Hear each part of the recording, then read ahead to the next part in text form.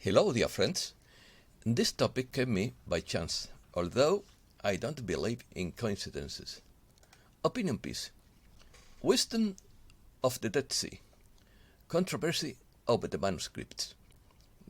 They question many religion dogmas. The Dead Sea Scrolls scandal. Vatican panicked over the studies. Revelations that shook the Vatican. 75 of the scrolls remain hidden and unpublished. War between the sons of light and the sons of darkness. Let's start. An alleged conspiracy between some hierarchies of the Vatican and Judaism to discredit the Dead Sea Scrolls or Qumran scrolls and to disassociate them from Christianity in order not to question the many dogmas of the Roman Church far from the original primitive Christianity, was denounced at the time by Michael Beigent, co-author of the famous book The Dead Sea Scrolls Scandal, together with Richard Lake. The Vatican panicked when studies of the manuscripts found near the Dead Sea began. Tempers were held and the manuscripts were translated into Hebrew, Aramaic and Greek, and it appeared that they were the transcription for the community of entire books of the Bible, theological discussions and rules of the monks. Manipulation. The authors believed that both the Vatican and the Jewish rabbinate would have tried to manipulate the publication of these writings because they contained information dangerous to the existence of both religions, or rather to protect the existence of vested interests on the part of hierarchies that exploit the ignorance of the masses. Everything seems to indicate that the Vatican is responsible for the fact that 75% of the Dead Sea Scrolls remain hidden and unpublished.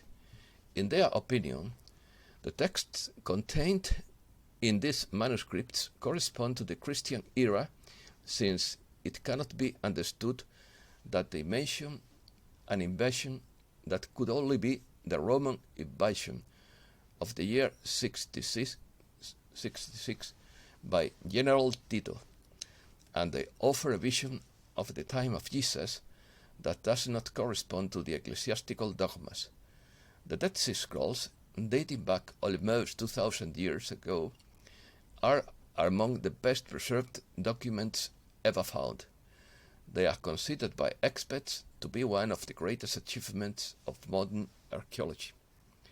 The study of the content and meaning of the Dead Sea Scrolls shows a Judaism different from the later rabbinic Judaism, more akin to the sect of the Pharisees, but which at the same time has several coincidences with Christianity.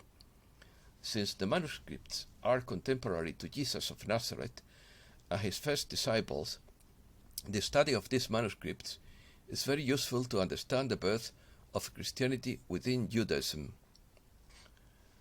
Origin. For a time, several authors maintained that Christianity had an Essene origin. Jesus of Nazareth was identified with the teacher of justice and founded the Essene congregation that wrote the manuscripts. According to this current, Jesus would have celebrated the last supper of the day of the Jewish Passover according to the Qumran calendar. This, in theory, would solve the dating problems that occur when comparing the versions of Matthew, Mark, and Luke with that of John. The truth is that there is no evidence for all this. Another position is the one that considers that the writings, and especially the spiritual current and the testimony of life of the authors of the Dead Sea Scrolls, were a source of primitive Christianity and prepared in the desert the way of Jesus. It wouldn't be strange to think that John the Baptist, whose ministry is placed in the vicinity of Qumran, would have been a member, although it is only a theory. Today we know that the life and teachings of Jesus were different from the religious idiosyncrasy of the same community, even though it is possible that some of the precepts of those monks could have inspired some of Jesus' behavior, such as the harsh criticism of the Pharisees, or that of putting all goods in common. On the other hand, they differed in that the saints were all celibate, while the apostles were all married, probably Jesus himself. In any case, what is beyond discussion is the affinity with some ideas that appeared later in the Gospel of John and other books of the New Testament. Different current writings highlight key themes emphasized by Jesus and Christians. These manuscripts would belong to a Jewish community of the same type, an interesting Jewish group contemporary of Jesus. Definition: the Dead Sea Scrolls, or Qumran scrolls, so called because they were found in caves located in Qumran, West Bank, on the shores of the Dead Sea, are a collection of 972 manuscripts. Most date from 250 before Christ to 66 after death. Before the destruction of the Second Temple in Jerusalem by the Romans in 70 AD, and most are kept in the Shrine of the Book, which is a wing of the Israel Museum near Givat Ram in Jerusalem that houses the Dead Sea Scrolls discovered between 1947 and 1956 in 11 caves in the Qumran area. The Dead Sea Scrolls were found by Bedouins living in Qumran, broken into thousands of pieces between 1947 and 1956. The Jordanian government paid the Bedouins a total of 15,000 dinars, or 1 dinar for each of the pieces they found. These were kept in the Rockefeller Museum in East Jerusalem and passed into Israeli hands when Israel conquered that part of the city in the so-called Six-Day War of June 1967.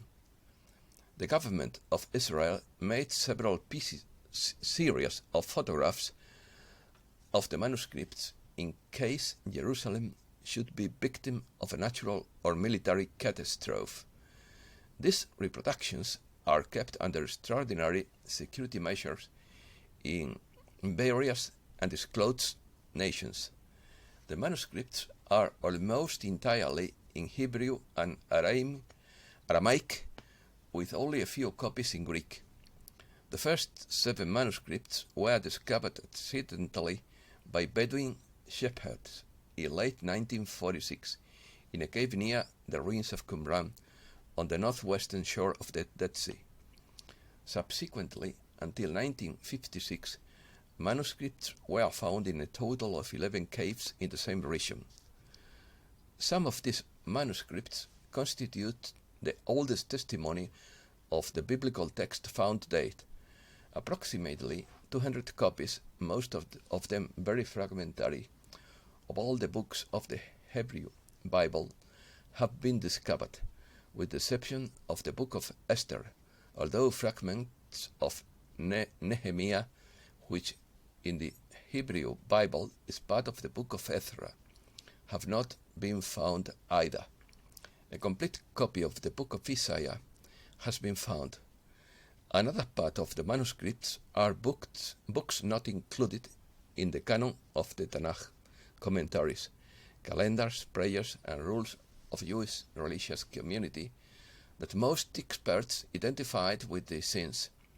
Most of the manuscripts are today in the Israel Museum and the Rockefeller Museum, both in Jerusalem, as well as the Jordan Archaeological Museum in Amman.